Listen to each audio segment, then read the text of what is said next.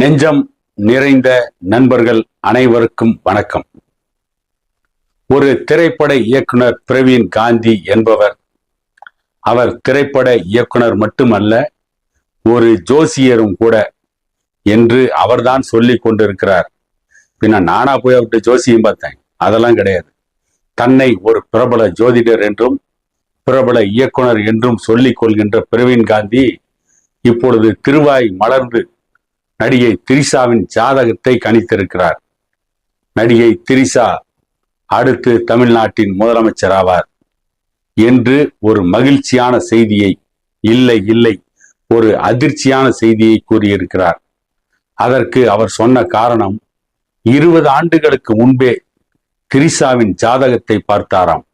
அப்பொழுது கணித்தாராம். அப்பொழுதுதான் திரிஷா திரைப்படங்களில் புதிதாக தலை காட்டி நடிக்க ஆரம்பிக்கிறார். திரிஷாவை நடிப்பதற்கு ஒரு மாணவியாக அறிமுகம் செய்வதற்கு, திரைப்படத்தில் நடிப்பதற்கு இவர்தான் கூட்டிக் கொண்டு வந்தாராம். அப்பொழுது திரிஷா நடிப்பில் கூட ஆர்வம் இல்லாமல் தான் இருந்தாராம். அவர் நடிப்பதில் அவருடைய தாயாருக்கு கூட விருப்பம் இல்லாமல் தான் இருந்ததாம். இருந்தாலும் போனால் போகட்டும், எப்படி இருக்கிறது திரைப்பட உலகம், நடித்தால் நன்றாக இருக்குமா, நடித்தால் நல்ல வருமானம் வருமா, எதிர்காலத்தில் பெரிய செல்வந்தராக இருக்க முடியுமா என்று பார்ப்பதற்காகத்தான் திரிஷா நடிக்க வந்தாராம். அதற்கு பிறகு கல்லூரி படிப்பை முடித்துவிட்டு திரிஷா முழு நேர நடிகை ஆகிவிட்டார்.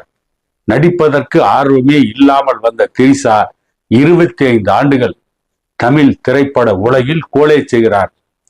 எத்தனையோ நடிகர்கள் நடிகைகள் திரைப்பட உலகத்திற்கு வந்த வேகத்தில் காணாமல் போய்விடுவார்கள்.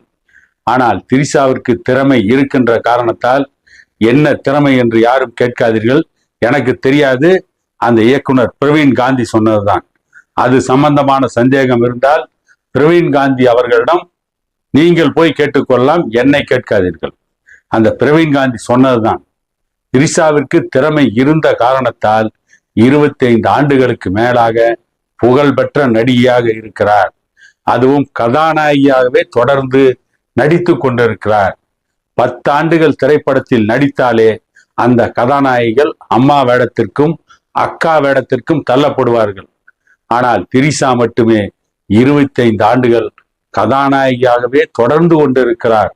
காரணம், அவருடைய ஜாதக அமைப்பு அப்படிப்பட்ட திரிஷாவின் ஜாதகத்தை 25 ஆண்டுகளுக்கு முன்பே பார்த்த பொழுது அவருடைய ஜாதகத்தில் ராஜயோகம் இருக்கிறது, முதலமைச்சராகின்ற வாய்ப்பு கூட இருக்கிறது. எதிர்காலம் அப்படிப்பட்ட ஒரு சூழ்நிலையை உருவாக்கி கொடுக்கலாம். ஆகவேதான் அரசியலுக்கும் ஆட்சியலுக்கும் சம்பந்தமே இல்லாத திரிஷாவின் பெயர் இன்றைக்கு அரசியலில் பெரிய அளவில் அடிபடுகிறது. திரிஷாவின் பெயரை வைத்து இன்றைய சட்டமன்ற எதிர்க்கட்சி தலைவரே கைது செய்யப்படுகிறார் என்று சொன்னால் திரிஷாவுக்கு ராஜயோகம் இருக்கிறது. எந்த நேரத்திலும் திரிஷா அரசியலுக்கு வரலாம், தேர்தலில் போட்டியிடலாம். தேர்தலில் போட்டியிட்டால் திரிஷா மகத்தான வெற்றியை பெறுவார், பெருவாரியான வாக்கு வித்தியாசத்தில் வெற்றியை பெறுவார். காரணம், திரிஷாவின் ஜாதக அமைப்பு அப்படி. திரிஷாவுடைய ஜாதக அமைப்பின்படி அவர் முதலமைச்சராகின்ற வாய்ப்பு அதிகமாக இருக்கிறது. ஒருவேளை அவர் அடுத்து முதலமைச்சராக வந்தாலும் வரலாம் என்று அடித்து சொல்கிறார் பிரவீன் காந்தி. என்னடா கொடுமது, தமிழ்நாட்டுக்கு வந்த சோதனை. திருவிளையாடல் படத்திலே சொல்வதை போல, என்னடா இது மதுரைக்கு வந்த சோதனை என்பதை போல தமிழ்நாட்டுக்கு வந்த சோதனையை பார்த்தீர்களா?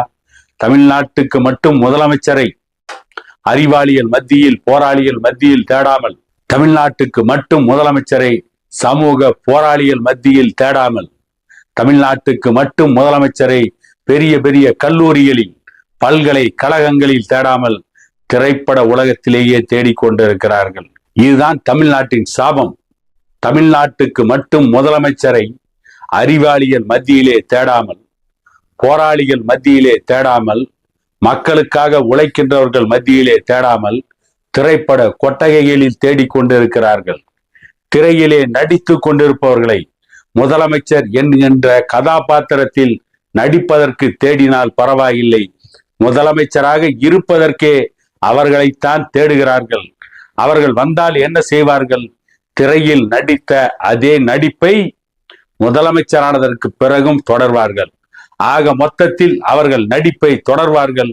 தமிழகம் அவர்களை பார்த்து ஏமாந்து கொண்டே இருக்கும். எம்ஜிஆர் ஒருவர் முதலமைச்சர் ஆனதற்கு பிறகு பெரும்பாலான நடிகர்களுக்கும் நடிகைகளுக்கும் முதலமைச்சராக வேண்டும் என்ற கனவிலேயே இருக்கிறார்கள். ஒரு 10 படங்களில் நடித்து ஒரு ரசிகர் மன்றம் அமைத்து விட்டால் அவர்கள்தான் அடுத்த முதலமைச்சர் என்று அவர்களே ஒரு கோஷ்டியை உருவாக்கி அவர்களை கோஷம் போட வைப்பார்கள். இதுதான் தமிழகம் சந்தித்து கொண்டிருக்கின்ற அவலம். அதைத்தான் இந்த பிரவீன் காந்தி சொல்கிறார். அடுத்த முதலமைச்சர் திரிஷா தான். அடித்து சொல்கிறேன். இந்த ஜோசியக்காரங்க தொல்லை இருக்கே, இது மிகப்பெரிய தொல்லை. இந்திரா காந்தி அவர்கள் பிரதமராக இருந்த பொழுது கூட ஒரு சாமியாருடைய ஆதிக்கம், மிகப்பெரிய ஆதிக்கம். சந்திராசாமி அவர் நடத்திய அட்டூழியங்கள் கொஞ்ச நஞ்சம் அல்ல. இப்பொழுது கூட பாரதிய ஜனதா கட்சி ஆட்சியில் பாபா ராம்தேவ் என்கின்ற ஒரு யோகா சாமியார் நடத்திய அட்டூழியம் கொஞ்ச நஞ்சம் அல்ல. தமிழ்நாட்டில் சொல்லவே வேண்டியதில்லை. தமிழ்நாட்டில் எந்த கட்சி ஆட்சிக்கு வந்தாலும் காஞ்சி சங்கராச்சாரியர்களுடைய ஆதிக்கம் அதிகமாக இருக்கும். ஒவ்வொரு ஆட்சிக்கும் ஒரு ஜோசியக்காரன் இருப்பான், ஒரு சாமியார் இருப்பார்கள். இவர்கள் சொல்வதை வேத வாக்காக அந்த ஆட்சியாளர்களும் நினைப்பார்கள். ஆகவே இந்த ஜோசியக்காரர்கள் அந்த தலைவர் ஜோசியம் இப்படி இருக்கிறது, இந்த தலைவர் ஜோசியம் இப்படி இருக்கிறது, இவர் முதலமைச்சராவார், அவர் முதலமைச்சராவார் என்று ஆளுக்கு ஒரு பொய்யை அவிழ்த்து விட்டு கொண்டே இருப்பார்கள்.